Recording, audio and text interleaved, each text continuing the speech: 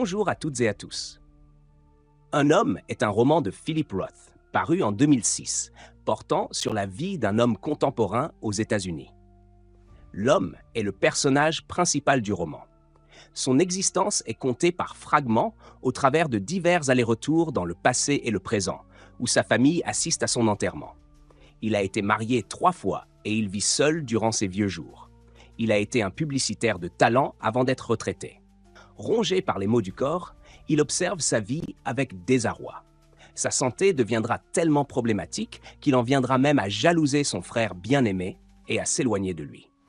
Il y a dans ce roman une puissance rarement rencontrée, des phrases qui résonnent longtemps par leur justesse et le questionnement qu'elles provoquent.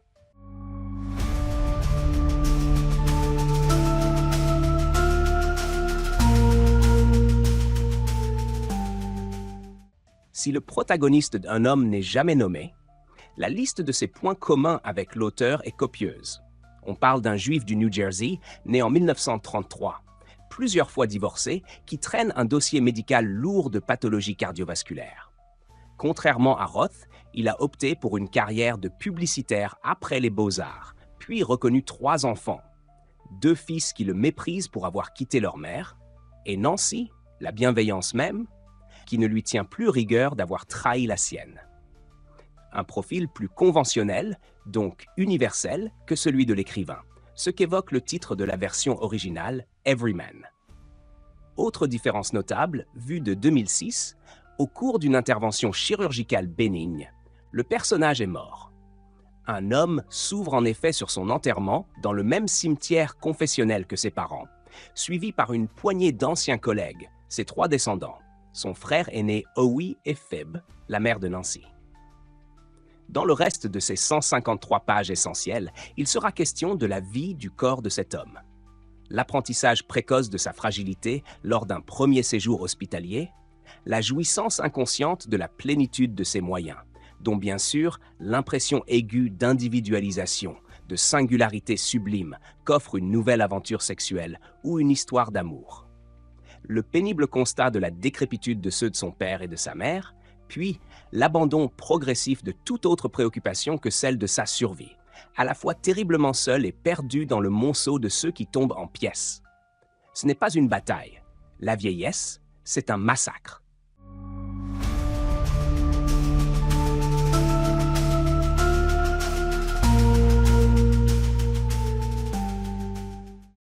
Dans le vieux et délabré cimetière d'Elizabeth, la famille de l'homme et ses proches se retrouvent aux funérailles de celui-ci.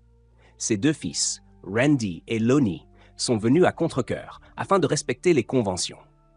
Nancy, sa fille, a organisé l'enterrement et a fait le nécessaire pour contacter les amis de son père défunt. Nancy explique qu'elle a choisi ce lieu car ses grands-parents y sont enterrés et que son père les aimait profondément. Elle rend hommage à son père, puis sa mère parle un peu en se rappelant le voir toujours nager dans la baie. Howie, son frère, intervient et raconte quelques histoires de leur jeunesse commune. C'est ensuite au tour de ses fils. L'un d'entre eux, sous le coup de l'émotion, ne parvient pas à sortir un mot. Il est secondé par l'autre, qui trouve une phrase de circonstance assez succincte. L'homme a passé une enfance heureuse aux côtés de son frère aîné et de ses parents. Son père était bijoutier et l'a fait travailler très tôt, tout en veillant avec attention sur lui, ce qui lui plaisait beaucoup. L'homme a très vite apprécié les présences féminines du magasin et il adorait récupérer les vieilles montres à réparer.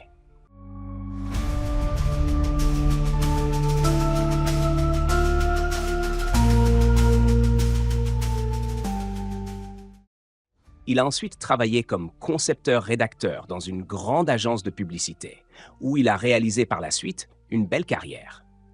Il s'est marié avec Cecilia, mais les années ont eu raison de leur amour, qui s'est dégradé violemment pour terminer par un divorce houleux. L'homme a choisi de quitter le foyer familial, car il savait qu'il deviendrait triste en restant. Cecilia a entraîné ses enfants dans la détestation de leur père en l'assimilant à un coureur de jupons invétéré. L'homme aurait pourtant rêvé de faire sa vie avec une seule femme, mais il s'est aperçu que ce mariage était une erreur et qu'il était temps pour lui de partir. Il a rencontré Phoebe dans son agence, une jeune femme douce avec qui il adorait nager dans la baie et faire l'amour dans les criques éloignées des regards. Leur mariage était une bénédiction, mais il a tout gâché. Après plusieurs années d'émoussement sexuel entre lui et Phoebe, il a atteint la cinquantaine et a eu une liaison avec une jeune secrétaire.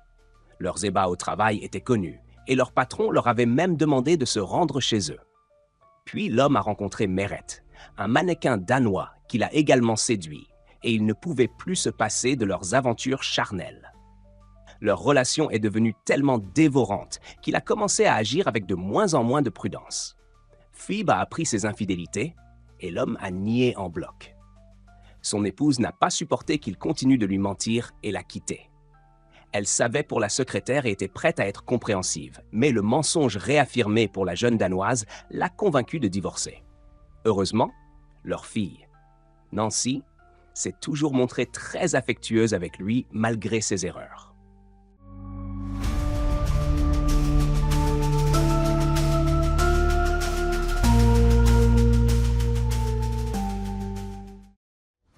L'homme s'est ensuite marié avec Meret, mais celle-ci s'est révélée incapable de lui donner le soutien dont il avait besoin.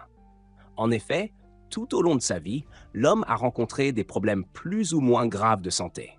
Mais avec l'âge, celle-ci s'est montrée extrêmement déclinante et son corps est devenu le réceptacle de nombreuses interventions chirurgicales importantes.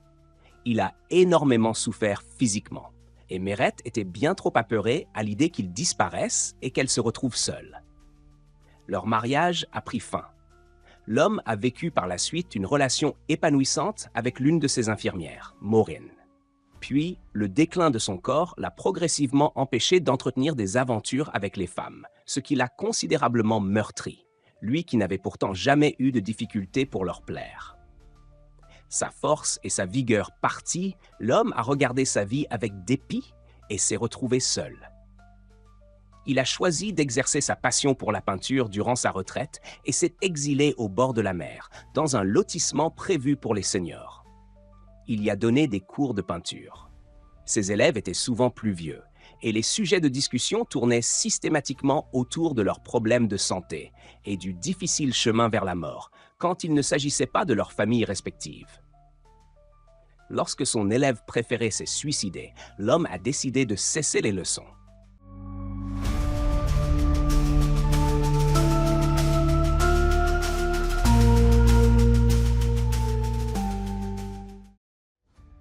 Il repensait à son passé avec amertume, pleinement conscient des choix malheureux qui l'avaient conduit à cette fin de vie. La solitude l'envahissait de plus en plus, et il ne pouvait s'empêcher d'envier son frère, dont la santé restait intacte. Peu à peu, leurs échanges téléphoniques se sont raréfiés, un éloignement que Howie a déploré lors des funérailles de son cadet, sans toutefois nourrir de rancune. Les seuls instants où l'homme se sentait encore vivant étaient ses appels matinaux avec sa fille et l'observation des joggeuses longeant la plage. Un jour, il a tenté d'aborder l'une d'elles, mais son indifférence l'a vite convaincu qu'il était temps de retourner à New York, la ville où il avait vécu lorsqu'il travaillait. Là-bas, il a constaté que nombre de ses anciens collègues étaient décédés ou souffraient de graves problèmes de santé. Même son ex-femme, Phoebe, n'avait pas été épargnée, et il lui a rendu visite à l'hôpital. Peu de temps après, il devait subir une opération qu'il jugeait sans grand danger, sous anesthésie générale. À l'approche de l'intervention, il s'est rendu à Elizabeth, sur la tombe de ses parents, et a longuement discuté avec un employé du cimetière. En apprenant que celui-ci avait creusé les sépultures de ses parents, il lui a laissé un généreux pourboire. Les jours précédant l'opération, ses pensées étaient tournées vers son père et sa mère. Puis, le moment est arrivé. Dès que l'anesthésie a été administrée, son cœur s'est arrêté de battre.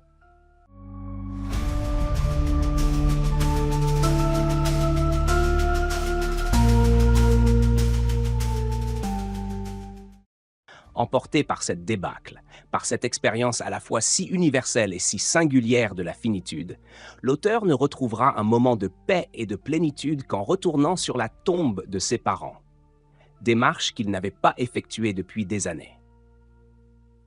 Dans un passage d'une grande intensité, il se dit qu'ils n'étaient que des os dans une caisse.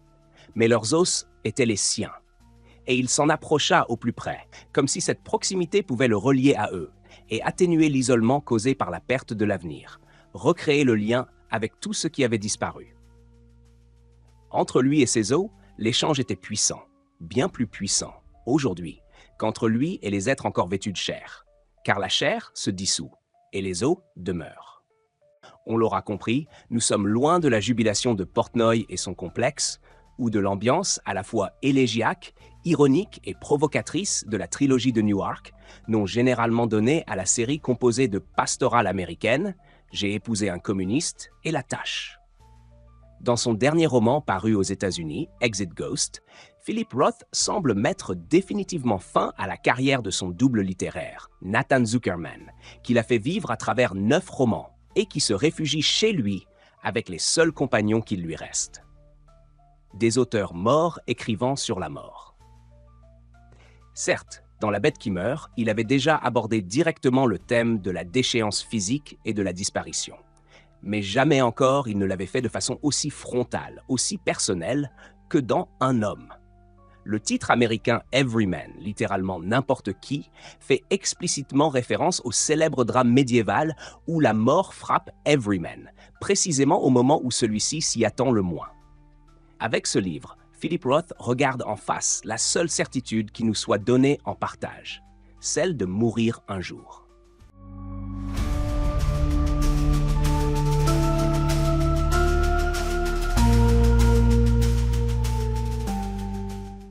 Je vous remercie d'avoir suivi cette vidéo. N'oubliez pas de la partager sur vos réseaux.